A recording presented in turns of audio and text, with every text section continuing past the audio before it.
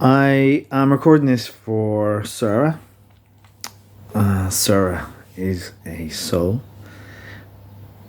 Many people, many souls could benefit from hearing this text. I'm reading it specifically for Sarah. Take from it whatever you will. Listen with your soul. So it's called the Hymn of the Pearl, and it's a Gnostic letter. So it didn't get into the official New Testament, but it was a letter that circulated during the first couple of centuries after Christ. So anyway, it's not that's not important. If this resonates, this resonates. If it doesn't, it doesn't. So let me read it. When I was a child in my father's palace, the light's too bright behind me. Let's start again. When I was a little child in my father's palace, and enjoyed the wealth and luxury of those who nurtured me, my parents equipped me with provisions and sent me out from the east, our homeland. From the wealth of our treasury, they gave me a great burden, which was light, so that I could carry it by myself. Gold from the land above, silver from the great treasuries, and stones, chalcedones of India, and agates from Kushan. And they girded me with steel.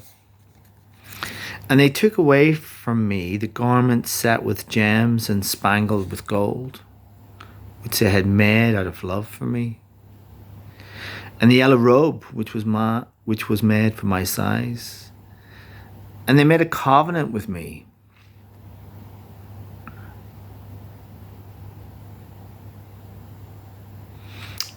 and wrote it in my mind that I might not forget.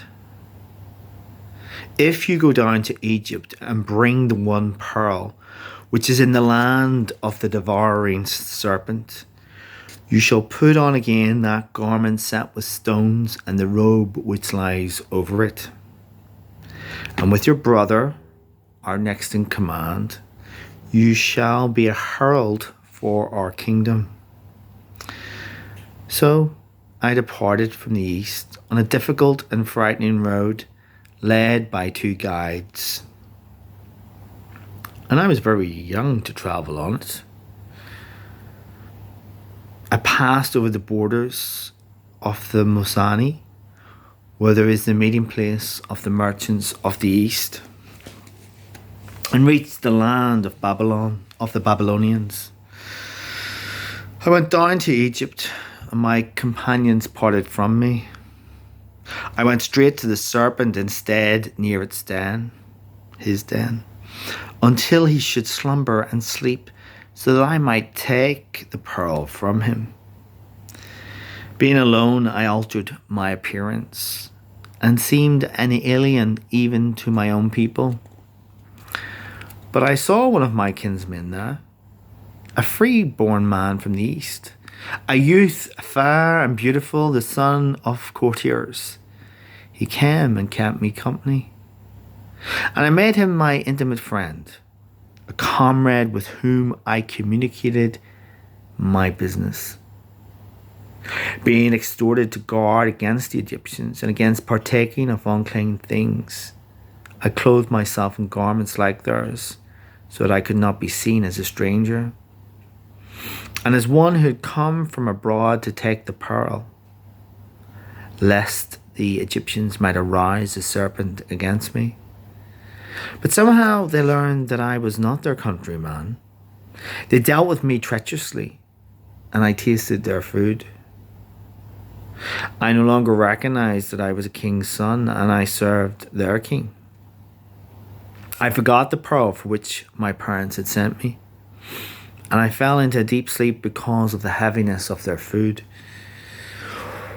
While I was suffering these things, my parents were aware of it and grieved over me. And a proclamation was heralded in our kingdom that all should present themselves at our doors. The kings of Parthia and those in office and the great men of the east resolved that I should not be left in Egypt. So the courtiers wrote me a letter. From your father, the king of kings, and your mother, the mistress of the east, and their brothers who are second to us, to our son in Egypt, greetings. Awake and rise from your sleep. Listen to the words in this letter. Remember, you are the son of kings. You have fallen beneath the yoke of slavery. Remember your gold-spangled garment. Recall the pearl for which you were sent to Egypt. Your name has been called to the book of life, together with that of your brother, whom you have received in our kingdom. And the king sealed it to make an ambassador. Because of the wicked Babylonian children and the tyrannical demons of the labyrinth, I rose from sleep when I recognized its voice. I took it up and I kissed it and I read. And what was written concerned that which was engraved on my heart. And I immediately remembered that I was the son of kings and that my freedom demanded my people. I remembered the pearl for which I had been set to Egypt, and the fact that I had come to snatch it from the terrifying serpent.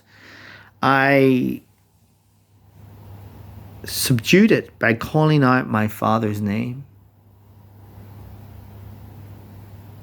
And I snatched the pearl and turned about to go to my parents. And I took off the dirty clothing and left it behind in their land. And I directed my way forthwith to the light of our eastern home. And on the road, I found a female who lifted me up. She awakened me, giving me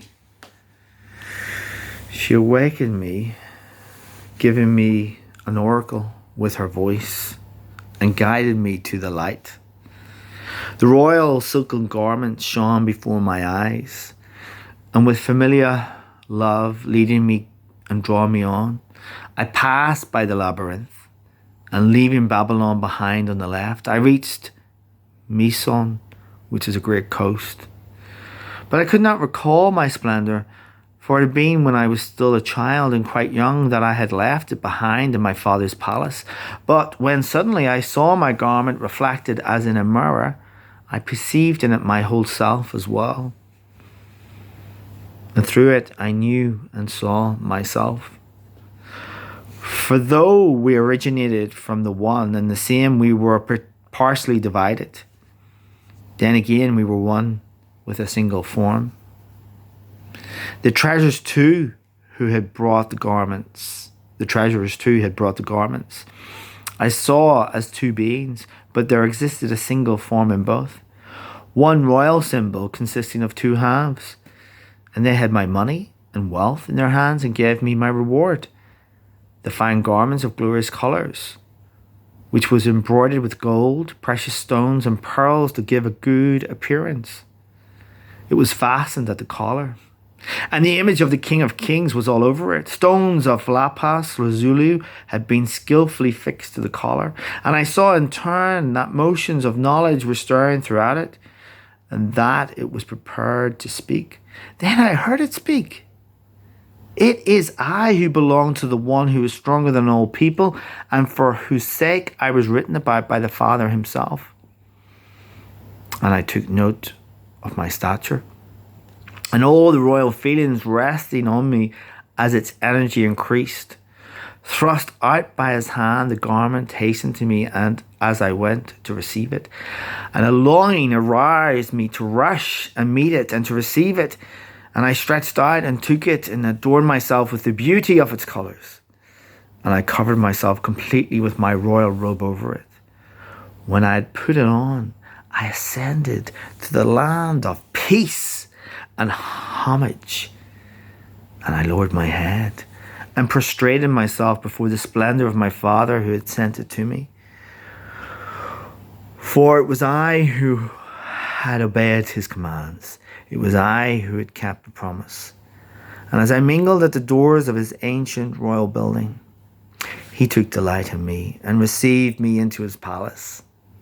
All his subjects were singing hymns with harmonious voices. He allowed me also to be admitted to the doors of the king himself, so that with my gifts and the pearl I might appear before the king himself. Sarah. Sarah's not the king, but the story is for Sarah.